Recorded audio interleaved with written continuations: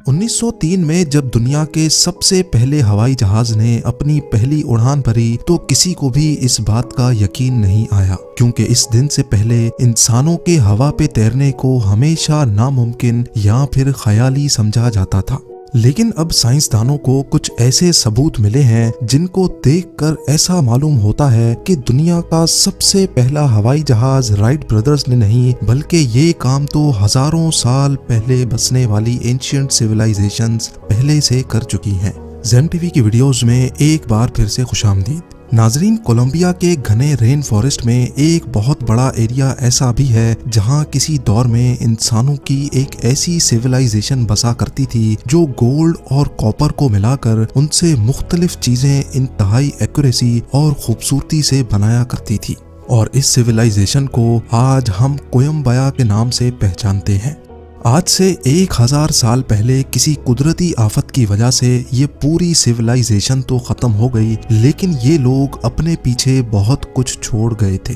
1965 में आर्कियोलॉजिस्ट और रिसर्चर्स का एक ग्रुप यहाँ खुदाई का काम कर रहा था, तभी उनको एक बहुत बड़ा संदूक मिला जिसमें सोने से बनी बेशुमार चीजें पड़ी थी।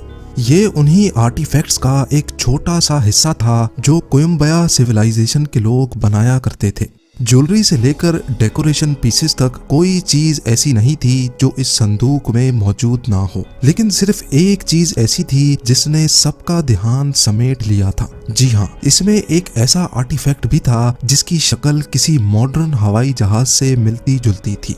हजारों साल पहले उस दौर में हवाई जहाज तो हुआ नहीं करते थे, इसी वजह से इसको देखते ही सबका ख्याल था कि शायद ये किसी उड़ने वाले इंसेक्ट या परिंदे का गोल्ड से बना मॉडल है। लेकिन कुछ तो था इस मॉडल में जो अनकरीब सबको हैरान और परेशान करने वाला था। जब इस मॉडल को डिटेल्ड स्टडी के लिए एरोडायनामिक्स एक्सपर्ट्स तक पहुंचाया गया तो आखिरकार इस पहेली की गुत्थियां एक एक करके सुलझने लगी। ये जाना गया कि इस मॉडल का डिजाइन परिंदों और उड़ने वाले इंसेक्ट से काफी ज्यादा मुख्तलिफ है, क्योंकि दुनिया में कोई एक भी ऐसा परिंदा नहीं है जिसकी दुम सीधी खड़ी हो जैसा कि इस मॉडल की देखी जा सकती है। ये दुम, जिसको इंजीनियरिंग की जबान में रडर कहा जाता है, ये मॉडर्न एयरक्राफ्ट्स का एक अहम तरीन हिस्सा होता है जो हवाई जहाज की डायरेक्शन को कंट्रोल करता है। इसके साथ साथ तमाम परिंदों और इंसेक्ट्स के विंग्स उनके जिस्म के ऊपर लगे होते हैं, जबकि इस मॉडल के विंग्स इसकी बॉडी के निचले हिस्से से अटैच्ड हैं और ऐसा सिर्फ मॉडर्न एयरप्लेन्स या फिर स्पेस शटल में देखा जा सकता है। इन विंग्स को इंजीनियरिंग की जबान में एलरॉन्स कहते हैं, जिनका काम एयरप्लेन को लेफ्ट राइट मोड़ने का होता है।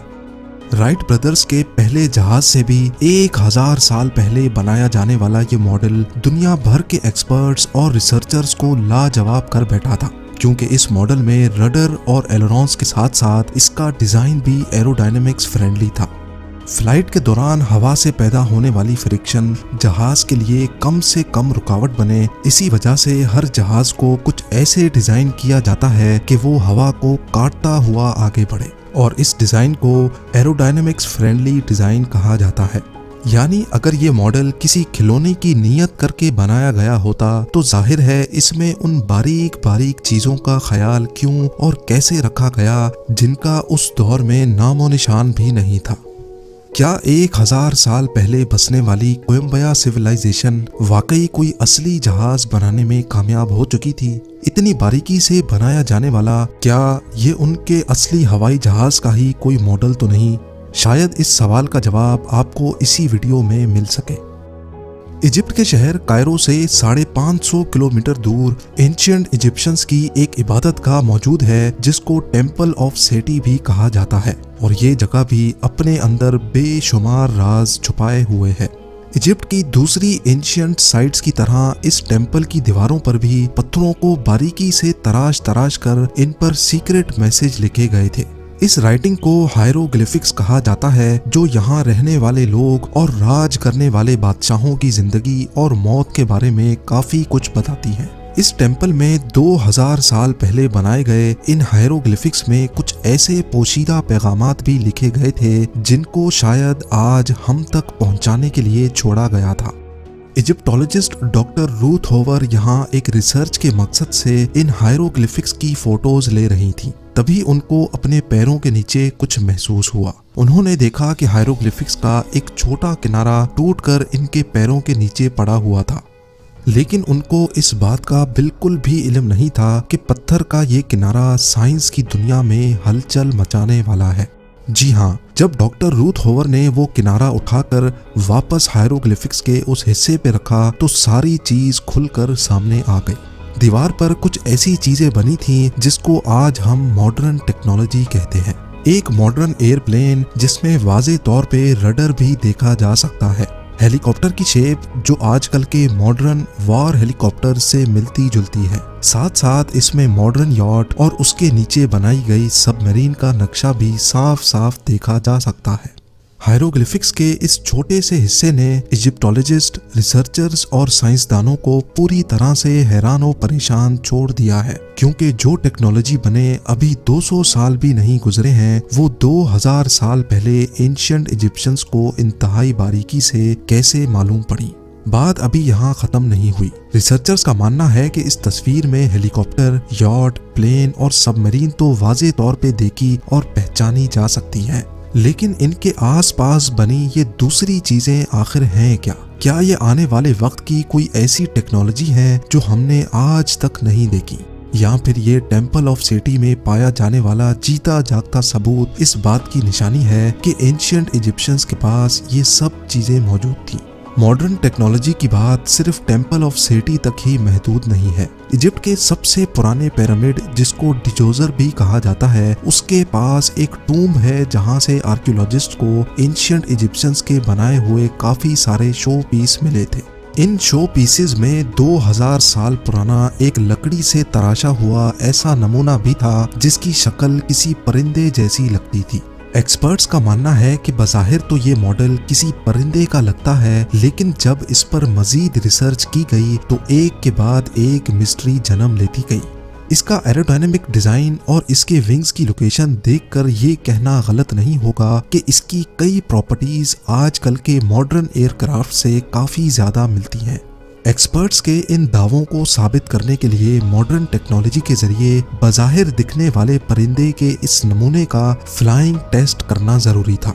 साइमन सैंडरसन, जो कि एक एरोडायनेमिक्स एक्सपर्ट हैं, उन्होंने इस मॉडल की हूबहू कॉपी तैयार की जो कि ओरिजिनल मॉडल से 5 गुना बड़ी थी।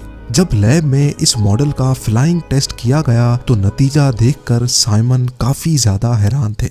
मॉडल पूरी तरह से एरोडायनेमिक तो था, लेकिन इसमें एक बहुत अहम चीज मिसिंग थी। जी हाँ, जहाज को टेक ऑफ और लैंडिंग के लिए टेल की जरूरत होती है और ये टेल इस मॉडल में मौजूद नहीं थी। लेकिन हैरत की बात तो ये है कि जिस जगह टेल लगी होनी चाहिए थी उस जगह से मॉडल का एक छोटा हिस्सा टूटा हुआ दिखाई देता है। ये टूटा हिस्सा इस बात की निशानी है कि शायद इस मॉडल को बनाने वाले ने इसमें टेल लगाई थी, लेकिन किसी वजह से ये टेल अब टूट चुकी है। साइमन ने फ्लाइंग मॉडल में अपनी तरफ से टेल फिट की और एक बार फिर से उसको सिमुलेटर पे फ्लाई किया। इस बार जो रिजल्ट सामने आए वो वाकई काफी ज्यादा हैरान कुन थे। मॉडल बिल्कुल असली ग्लाइडर की तरह हवा पे तैर रहा था, जो इस बात का सबूत था कि 2000 साल पहले बनाया गया ये मॉडल उड़ने के लिए बिल्कुल परफेक्ट था। अगर एंशिएंट इजिप्शियंस ने इतना परफेक्ट मॉडल बना लिया था तो क्या उसको कभी उड़ा भी पाए कि नहीं? ये सवाल भी एक्सपर्ट्स और रिसर्चर्स को ऐसे ही तंग करता रहेगा जैसे टेम्पल ऑफ सेटी में बने हायरोग्लिफिक्स और कोयम्बया सिविलाइजेशन का प्लेन मॉडल कई सवालिया निशान छोड़ गया है। उम्मीद है जब वीडियो भी आप लोग भरपूर लाइक और शेयर करेंगे। आप लोगों के प्यार भरे कमेंट्स का बेहद शुक्रिया। मिलते हैं अगली शानदार वीडियो में।